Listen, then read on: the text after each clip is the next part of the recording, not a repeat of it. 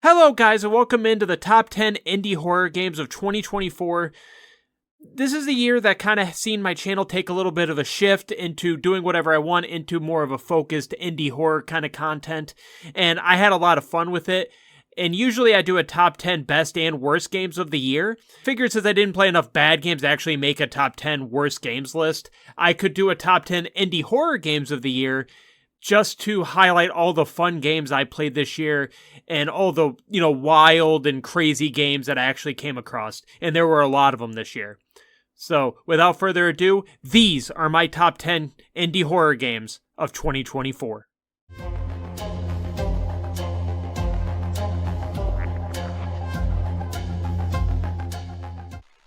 Gotta be. Missing persons alert. Authorities are currently looking for missing child Robbie Parker, male, brown hair, approximately 4 feet tall, last seen wearing a yellow shirt, brown shorts, and white tennis shoes. Suspect is described to be approximately 6 feet tall, barefoot, wearing a large bush or shrub on their person. Maybe the person who last seen kidnapped him. at approximately 10:25 Who's wearing a.m. a Please shrub? report. They're hiding at that house. Yeah. Your local authorities. They're hiding there. Go there. At number 10, I have Home Safety Hotline, an analog horror game that takes place in the 90s where you play the role of a telephone operator for a business that helps callers identify and help prevent everyday hazards such as raccoons, frozen pipes, and mice. But then the game shifts and you have to help the caller with supernatural hazards such as multiple hobs, gnomes, portals, and trolls. Accuracy is key here, as answering the caller incorrectly can cause the situation to get even worse and can result in the death of the caller. I've always loved analog horror games because they are just so unique to me and interesting to play through. And in this game, some of the phone calls you take and the sounds that you hear could be so creepy and off-putting that it made me really engage into the game and made me want to get to the bottom of what's going on. Uh-oh. Hi. My wife. I can't. Her face. Oh? It's gone. It's gone. My wife. I can't see her face. I can't see her face. She's dead and I can't see her face. They're all gone. It's all gone. Please hold. Please hold. Wow, that one's gonna scar me for life. Which to me is a sign of a good game and also impressive to pull off when the game is just staring at a 90s computer screen taking phone calls the entire time. To be able to make an engaging game just off of that is a feat in itself. I hope we see more games like this in the future, as it could be a fun and creepy genre if done right, and it was here.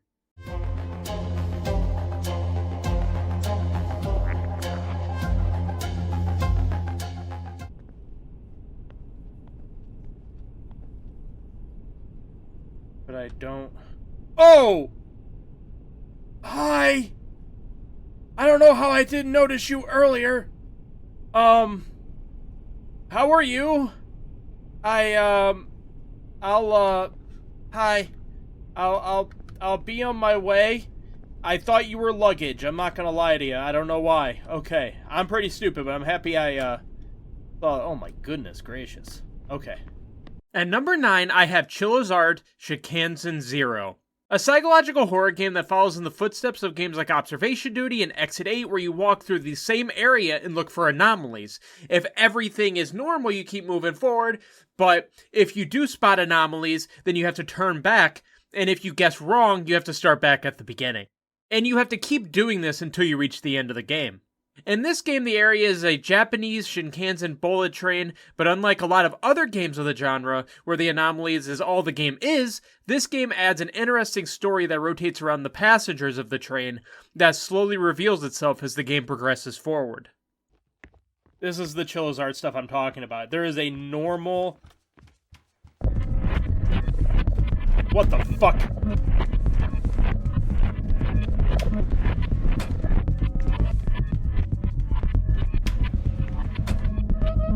There is a normal... Oh my god.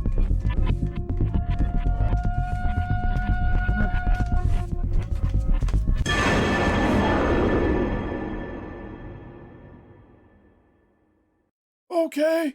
Chillizart has been one of the most beloved developers in the indie horror community for a while now, and they always seem to be able to make creepy and unsettling games that horror gamers fall in love with. Usually their games rotate around realistic situations, which a lot of times has to do with the main character being stalked, and examples of this is their games like The Night Shift and Parasocial, just to name a couple. But they decided to change it up in this game and do something a little different, which they've done a couple of times lately. And yeah, they were probably also trying to follow the trend of the observation game, but they did it in a Chillizart way that was really well done, very engaging to play, and I enjoyed my time with it. I can't wait to play Chillizart's next game, Cursed Digicam, that comes out on January 9th, 2025, and all other Chillizart games that come out in the future.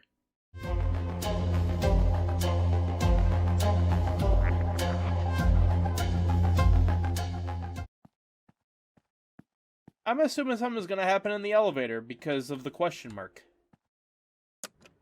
I could be wrong, though.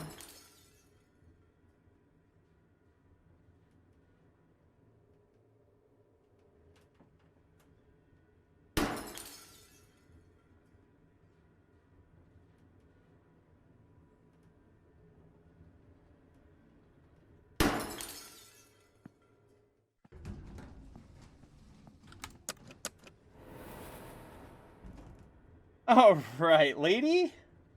They made that intense. At number 8, I have At Tony's Pizzeria Stories, a horror game that is disguised within a simulator as you play as an employee at a pizzeria where you will prepare pizzas to get picked up for delivery.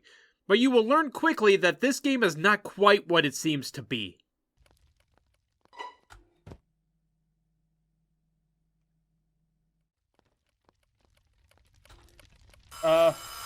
Hey, now! Daddy needs his pizza, okay? Holy shit, what the fuck? While I do wish they fleshed out the mechanics a little more in terms of doing different things with the pizzas, or maybe even adding different items to the menu to switch up the orders that you have to make throughout, I still had a lot of fun with the game as I tried to uncover the truth of what was going on. Which in that regard, it didn't at all go in the direction I thought it was going to go in, as the game had dreams or visions in between days and rituals at the pizzeria that hinted that the pizzeria had a very dark past that I do admittedly wish that they would have dove even deeper into, as it could have been very interesting, but what we did get was still pretty good. I thought the developers also did a good job with the graphics, atmosphere, and sound design of the game, as the dim and eerie lighting mixed with the ominous sounds that could be heard throughout, and the sense of dread lurking around every corner had me on the edge of my seat wondering if something was about to happen, or if I could just keep going about my day making pizzas. And while this game wasn't perfect, it still had a lot of the charm and style that I really enjoyed. I think this is a genre that should be explored more, as the idea of a horror game disguised as a simulator, which I know has been done before, but I do wish to see more of it, as it is such a good and fun idea that I hope we see more of down the line.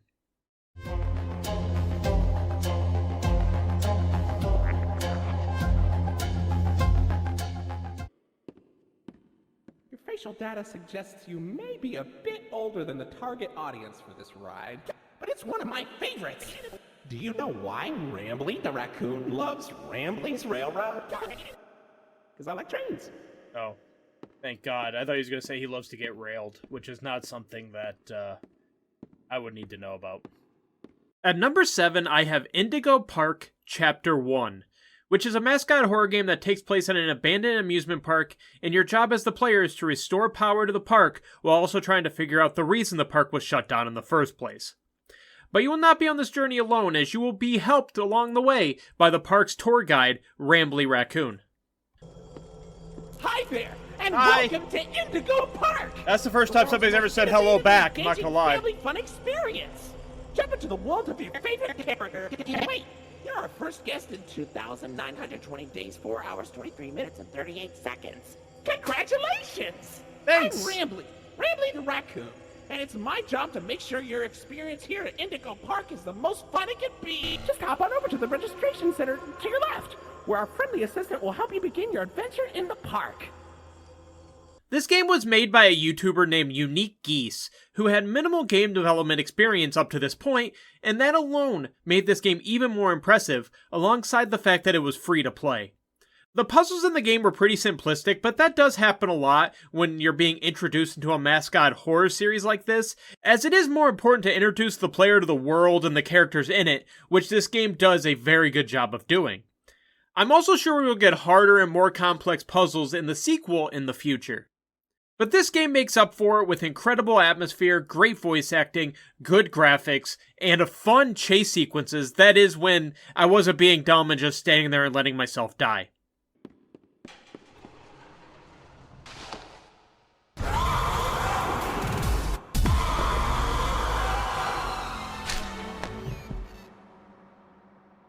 I mean, that's fair.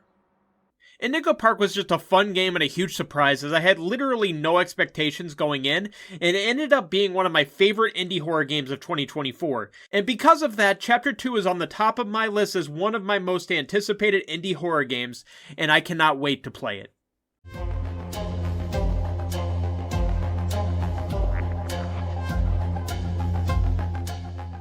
These must be like maybe there's symbols trying to ward off Garfield.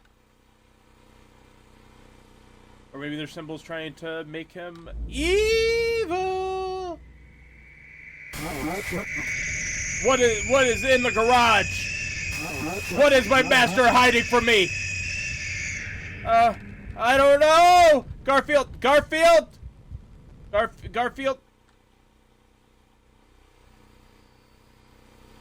is a psychotic cult leader with powers. At number 6, I have The Last Monday, a Garfield-themed horror game that was very bizarre, but in the best way possible. This is a very cryptic game, as at first you think it is a normal indie game rotated around the lighthearted and fun-loving Garfield character, but you will learn very quickly that that is not the case.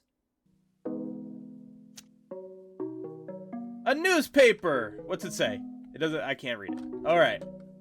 What do you got, Odie?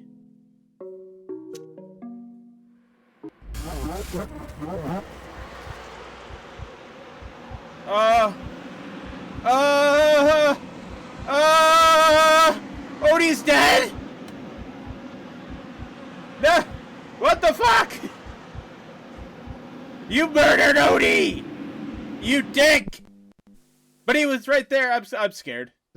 This is for sure one of the most unique games that I have ever played, and it had stuck with me throughout all of 2024, like no other indie horror game has. The game builds a lot of tension even when it seems like nothing is going on, and this is due to the audio design, the visuals, and the story just never truly making you feel safe, and since the game is only about an hour long, it is a non-stop ride until the end. The gameplay is almost entirely exploration and light puzzles, as it's clear that the very sinister and mysterious story is the focus of this game. You will spend the majority of the game piecing together clues and going through those light puzzles to uncover the dark and twisted story that The Last Monday has to offer. The game also has a retro VHS style of graphics and a very unique audio design that kind of work hand in hand to make the game more immersive.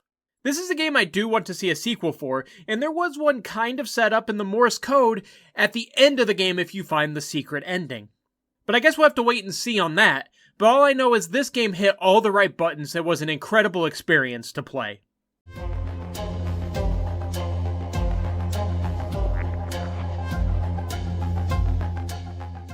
Hello guys and welcome into, what's the name of our channel? The Spooky Down Underland. No. With Travis, Flame Wheel, and Nicole. We gonna die? Let's have fun. Oh God, Nicole! No! Nicole! I'm recording! No! You let go of Nicole. She's mine. Ah, get it off! Can we get it off? Are you safe? I don't know. I'm Look recording. out, Travis! I'm recording! Save Travis! Oh, you gotta jump on him. I don't know. Is that how you get him away? Yeah. Oh, thank My God. camera! Pick it up. Grab that. All right. I well, thought I was recording. Okay, we I don't can know. leave now, right? Listen, we had fun, but it's too much fun.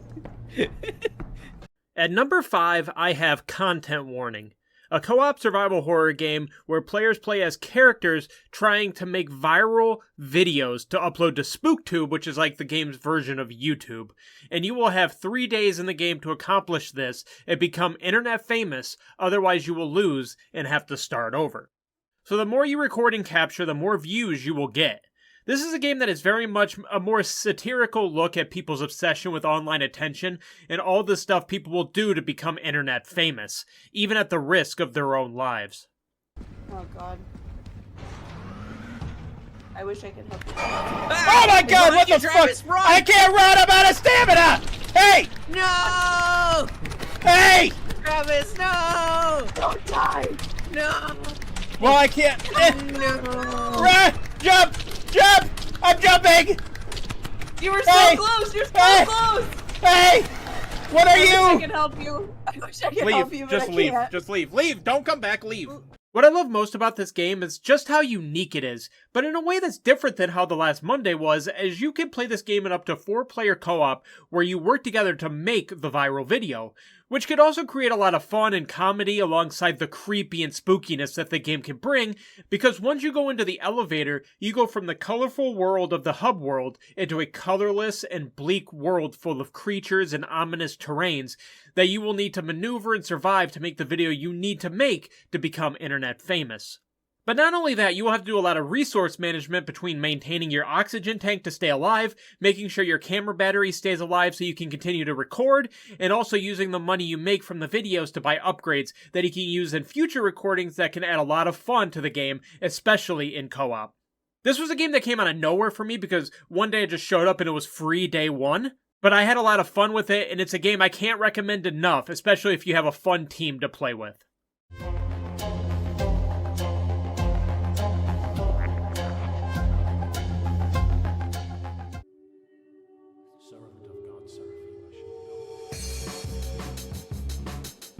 The fuck?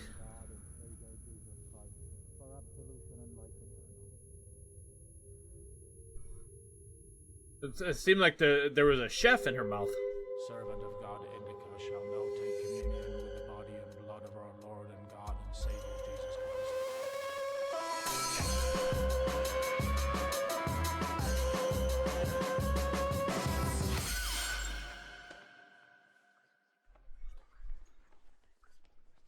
I would have spiked that little bitch.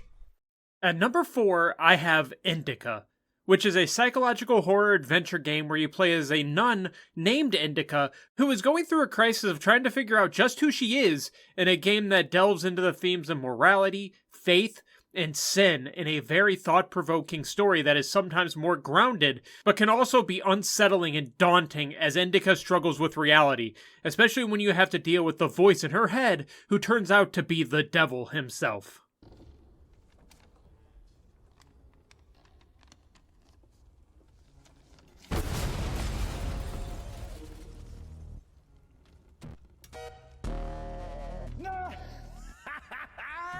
You don't even have anything to say. The Abbess knows you inside out, so everything turned out just as written. Defrocked her? How did that happen? Even if Takia wasn't after Tikon had knocked her up, but you...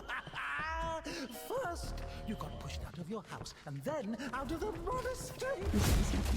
One thing I love about indie games is you sometimes get games that do unique things that you don't see very often. And there have been a few of those on this list already that I've talked about, and this is another one of those games. The game is mostly a third-person exploration game with some pretty trippy puzzles that you'll have to do while being taunted by the devil. But at a few points of the game, you will jump from that into 2D 8-bit platforming sections that give you more insight into Indica's past and why she is the way that she is. This is a really good game with great atmosphere, very good voice acting, and a story that will stick with you even after the game is over. And while it may be a niche game that may not be for everyone, its non-conventional way of storytelling won me over in the end, and that is why it's at number 4.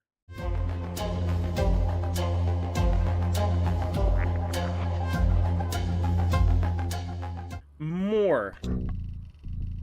Hey!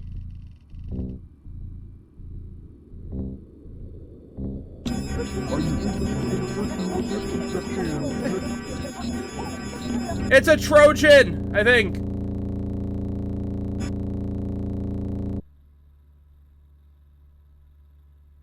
The blue screen of death, my favorite. Thank you for choosing Canito Pet. Hi. To start your download, press the button labeled Download Now. And if I don't want to?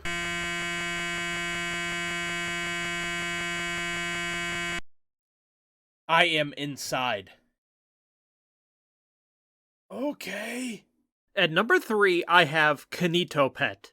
This is a horror game that can be very meta, as it is disguised as a normal virtual assistant from back in the day, but soon you realize that there is a more sinister truth, as it starts to become something much darker. The theme of this game is very much about the narrative of AI taking control of our lives, and the way Canito can go from a very joyous and helpful AI assistant into an evil AI trying to destroy your life is unsettling. This game will break the fourth wall multiple times, and I also recommend, if you are a streamer, having streamer mode on, because the game will dox you and pull personal information from your computer to use against you to give you a sense that the game is hacking your computer. Just putting in some country, Batman. Hey, it seems like you made a mistake when filling out your address. I did? I would find out your address for you, but I wouldn't want to reveal that to all your fans. Thanks. But just so you know, I could.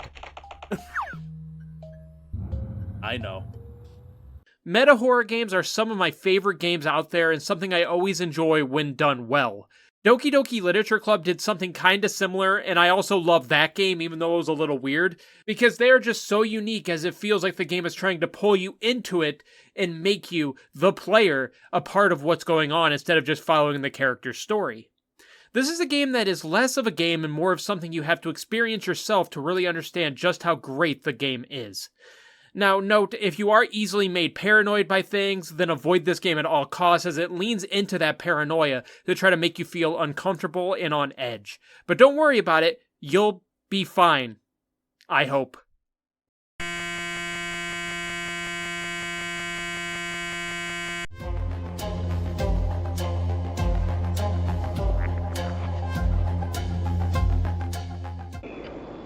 The wind's really scary. I can't sleep. Hey, we'll be okay, guys. I promise. All winds blow away. Eventually.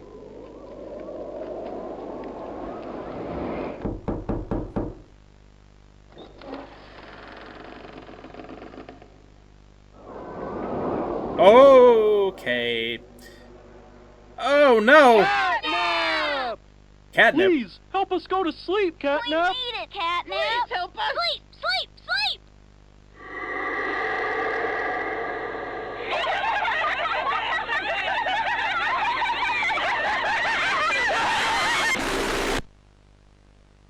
Oh. At number 2, I have Poppy Playtime 3, a mascot puzzle horror game that dives deeper into the lore of the Poppy Playtime series, as this game jumps into all the secrets and sinister experiments that are taking place at the Playcare Co. Toy Factory, which includes not only experiments on toys, but also on children. This game is very sinister and honestly had some of the best and surprising moments I've played in a horror game this year. Or perhaps they won't allow you such time to figure your place in the world you'd left. A world that's theirs now. Welcome home. What the fuck?! What the— Run!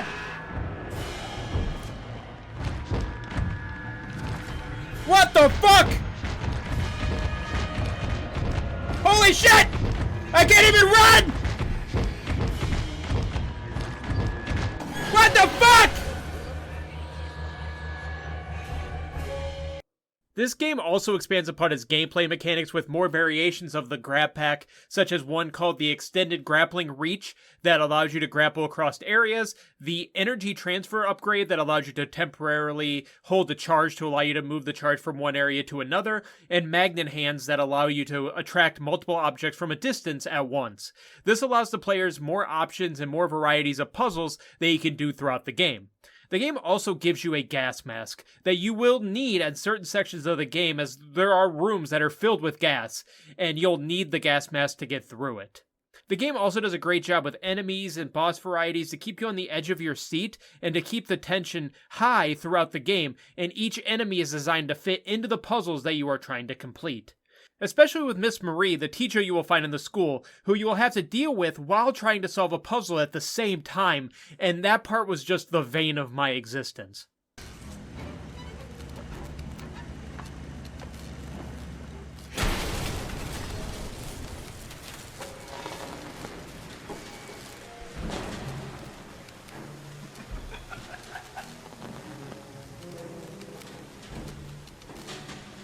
Oh my god! I looked away. Like, you were standing there! This was the best Poppy Playtime game by far, and a huge step in the right direction for the franchise, in my opinion. And as Poppy Playtime 4 has already been announced for the end of January, we will not have to wait long to dive back into this world to continue to uncover more secrets that the Playcare company is hiding.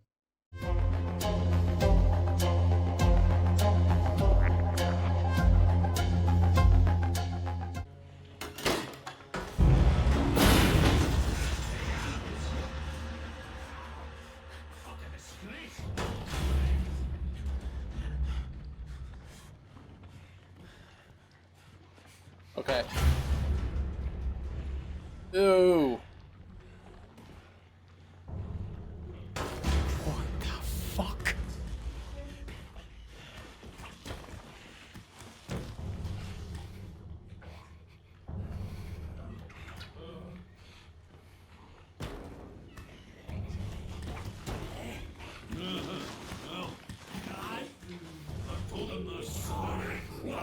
At number 1, I have Still Wakes the Deep, a first-person psychological horror game and a game that made my top 10 overall games list, so it's no shock that it'd be sitting at the top of this list also.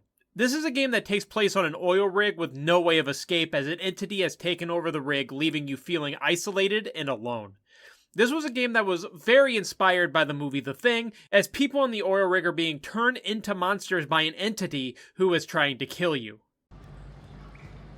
Oh, wow. Jesus. Fucking poor bastard.